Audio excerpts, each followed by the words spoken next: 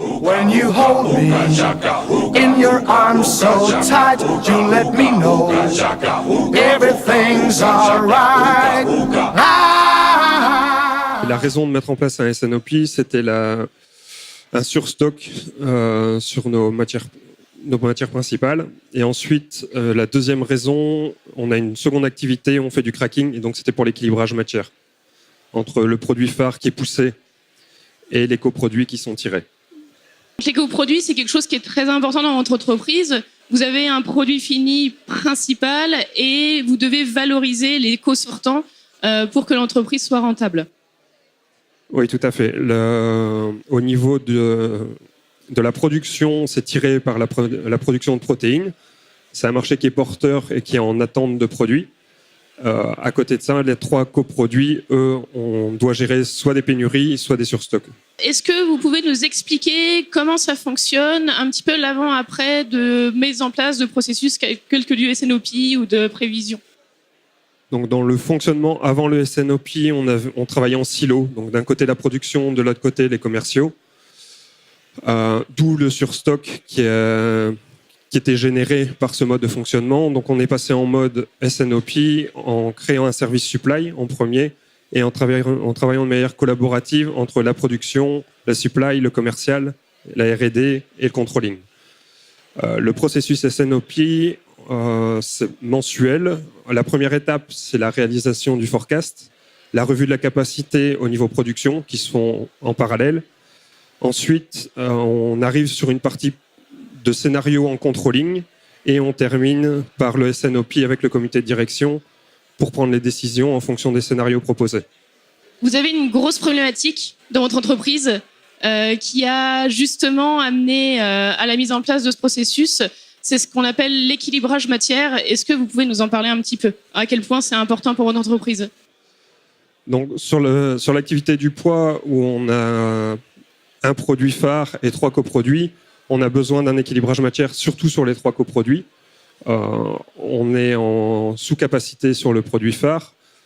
On ne peut monter en capacité que quand on équilibre sur les 3 coproduits. Donc, le processus SNOP permet de faire les investissements, les augmentations de capacité au bon moment, pour ne pas se retrouver en déséquilibre, puisque l'activité n'est rentable que si les 4 produits sont vendus.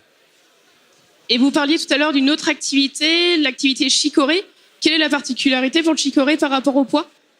L'activité chicorée, c'est une toute autre contrainte. On est sur une activité saisonnière, comme sur la betterave, sauf qu'on travaille la racine de chicorée. C'est une activité saisonnière. On travaille de septembre jusqu'à janvier.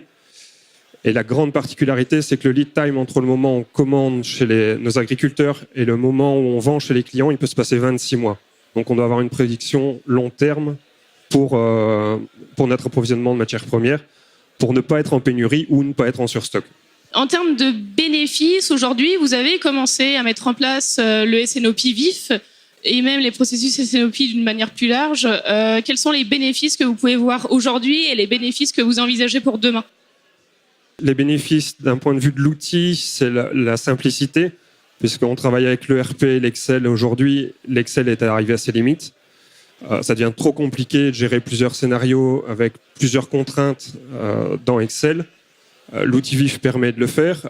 Et d'un point de vue processus en interne, les gros bénéfices sont humains, puisqu'on est passé d'un mode en silo, en transversal, ce qui a permis d'expliquer à l'ensemble du personnel ces tâches, pourquoi il le faisait, pourquoi le commercial fait son forecast, pourquoi le producteur produit tel type d'article.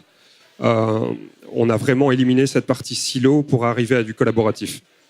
Cette année, le thème AgroVIF, c'est l'humain au cœur de la transformation numérique. Vous, Cosucra, votre entreprise, l'humain est au cœur de vos problématiques. Est-ce que vous pouvez nous expliquer un petit peu pourquoi c'est aussi important pour vous de mettre en place ce type d'outils tout en garantissant l'humanité dans les échanges avec les différents acteurs? Nous sommes dans une démarche d'entreprise libérée. Donc notre administrateur délégué nous donne beaucoup d'autonomie, mais pour avoir beaucoup d'autonomie, il faut comprendre ce qu'on fait. Donc le processus SNOP participe à la compréhension des gens dans leur rôle dans l'entreprise et ça leur permet d'être beaucoup plus autonomes et donc plus efficaces. Et vous parliez plutôt des agriculteurs.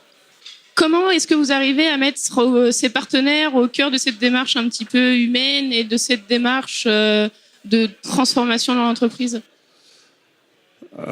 La transformation de l'entreprise, aussi bien d'entreprise libérée que le processus SNOP, nous a permis d'être plus transparents avec les agriculteurs, puisque le processus nous permet d'avoir une vision plus long terme, et donc on peut s'engager plus facilement avec les agriculteurs et leur communiquer nos contraintes pour qu'ils comprennent pourquoi on demande tel type de qualité ou tel type de produit, et avoir une meilleure visibilité sur les cultures sur plusieurs années, ce qui les intéresse. Parce que vous disiez dans l'atelier que vous avez présenté plus tôt que les agriculteurs dans votre région ne produiriez peut-être plus de chicorée si vous ne faisiez pas la demande ? La chicorée est une culture difficile, donc c'est plus facile pour un agriculteur de mettre soit du blé ou du maïs, par exemple, ou des pommes de terre dans la région. Donc il faut vraiment motiver l'agriculteur à semer des chicorées, et donc il lui faut de la visibilité quand il investit dans ces machines, d'être certain qu'on va lui garantir un volume sur plusieurs années. Très bien, Monsieur Carré. Merci beaucoup de vous être prêté au jeu. Merci à vous. I am believing.